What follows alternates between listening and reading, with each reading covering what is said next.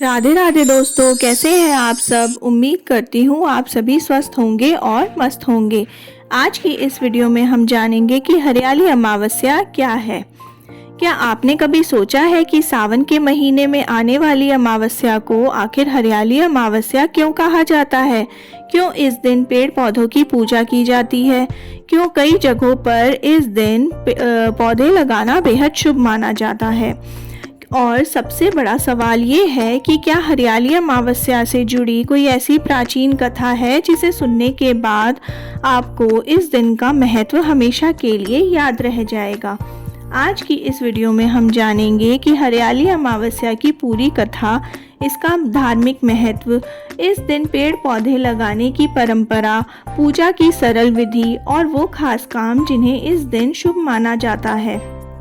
इसलिए वीडियो को अंत तक ज़रूर देखिएगा, क्योंकि आखिर में हम आपको बताएंगे कि हरियाली अमावस्या के दिन कौन सा छोटा सा काम प्रकृति और धर्म दोनों के प्रति हमारी जिम्मेदारी को दर्शाता है।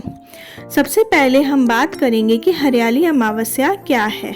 हिंदू पंचांग के अनुसार सावन मास की अमावस्या को कई क्षेत्रों में हरियाली अमावस्या कहा जाता है। सावन का महीना भगवान शिव को समर्पित माना जाता है। इसी महीने में बारिश के कारण धरती हरियाली से भर उठती है। सूखी धरती पर नई घास उगती है, पेड़ पौधों में नई जान दिखाई देती है और चारों ओर प्रकृति का सुंदर रूप देखने को मिलता है। इसलिए सावन की अमावस्या को प्रकृति की इस हरियाली से जोड़कर हरियाली अमावस्या कहा जाता है। ये दिन केवल धार्मिक दृष्टि से ही नहीं बल्कि प्रकृति के प्रति सम्मान व्यक्त करने की परंपरा से भी जुड़ा हुआ है। अब बात करते हैं पेड़ पौधों से क्यों जुड़ी है ये हरियाली अमावस्या। हमारे सनातन परंपराओं में प्रकृति को केवल उपयोग की वस्तु नहीं माना गया है, बल्कि उसे सम्मान दिया गया है। पेड़ हमें छाया देते हैं, फल देते हैं, पक्षियों को आश्रय देते हैं और हमारे पर्यावरण को संतुलित रखने में मदद करते हैं। इसी भावना के कारण हरियाली अमावस्या पर पौधे लगाने और उनकी देखभाल करने की परंपरा कई क्षेत्रों में देखने को मिलती है। कई स्थानों पर लोग इस दिन नीम, पीपल, बरगद, तुलसी, आंवला और अन्य उपयोगी पौधे लगाने या उनकी सेवा करने का संकल्प लेते हैं। यहाँ सबसे सुंदर संदेश यही है कि पेड़ लगाना केवल एक धार्मिक परंपरा नहीं है, बल्कि आने वाली पीढ़ियों के लिए जीवन बचाने का संकल्प भी है। अब जानते हैं हरियाली अमावस्या से जुड़ी प्रसिद्ध लोक कथा। हरियाली अमावस्या से अलग अलग क्षेत्रों में अलग अलग लोक कथाएं और परंपराएं जुड़ी हुई हैं, इसलिए इसे एक ही सार्वभौमिक शास्त्रीय कथा मानना सही नहीं होगा।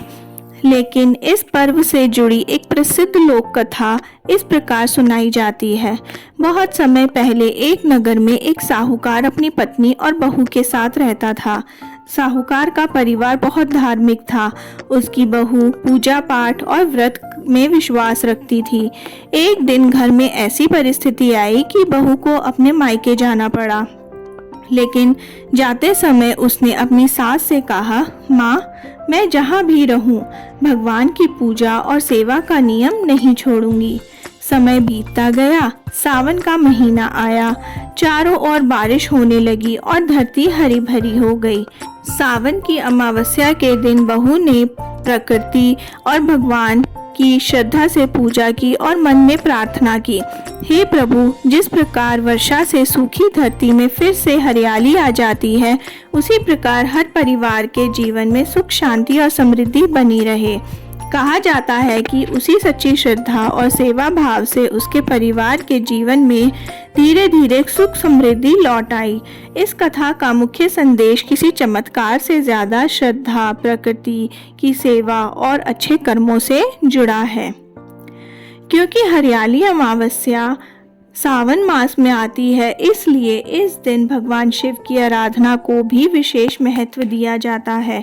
भक्त भगवान शिव को जल अर्पित करते हैं, बेलपत्र, धतूरा और पुष्प अर्पित किए जाते हैं। जो लोग व्रत रखते हैं वे अपनी श्रद्धा और पारिवारिक परंपरा के अनुसार उपवास रखते हैं।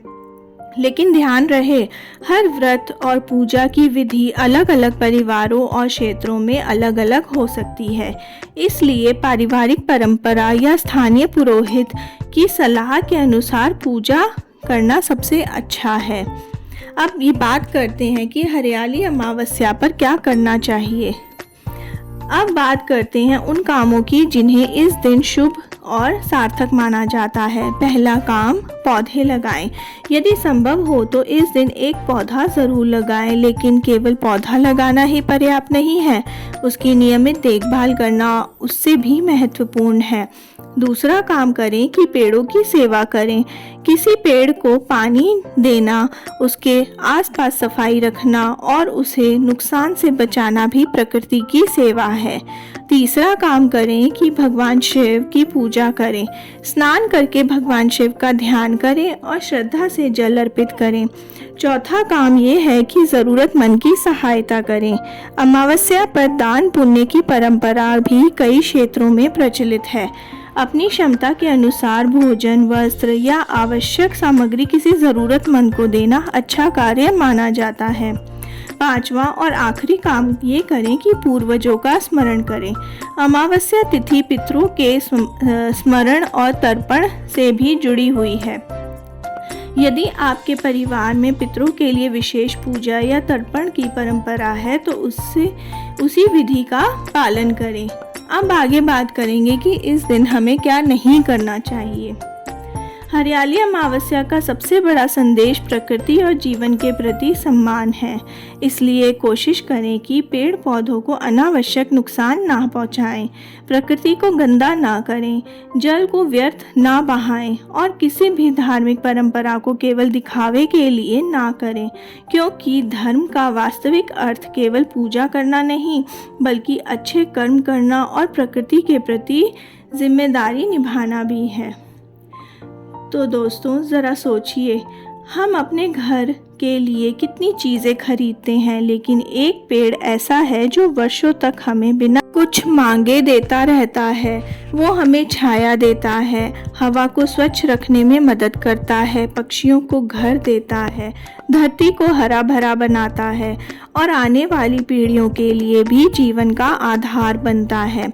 इसलिए अगर हरियाली अमावस्या पर हम सिर्फ पूजा करके रह जाएं और प्रकृति को भूल जाएं तो शायद हम इस पर्व का सबसे सुंदर संदेश ही भूल जाएंगे। तो इस हरियाली अमावस्या पर भगवान शिव से यही प्रार्थना करें कि हे महादेव, हमारे जीवन में सुख और शांति बनाए रखें, हमारे परिवार में प्रेम बनाए रखें, हमारे पूर्वजों को शांति प्रदान करें और हमें इतनी शक्ति दे कि हम प्रकृति की रक्षा कर सकें। अगर संभव हो तो इस दिन एक पौधा ज़रूर लगाएं और अगर पौधा लगाने की जगह नहीं है तो किसी मौजूदा पेड़ की देखभाल करने का संकल्प लीजिए, क्योंकि एक पौधा लगाना एक दिन का काम है, लेकिन उसे पेड़ बनते देखना वर्षों की सेवा है। यही हरियाली अमावस्या का सबसे सुंदर संदेश है। अगर आपको ये कथा और जानकारी अच्छी लगी हो तो वीडियो को लाइक करें और अपने परिवार और दोस्तों के साथ इसे शेयर करें और ऐसे ही धार्मिक और पौराणिक वीडियो देखने के लिए चैनल को सब्सक्राइब ज़रूर करें और कमेंट में लिखें हर हर महादेव।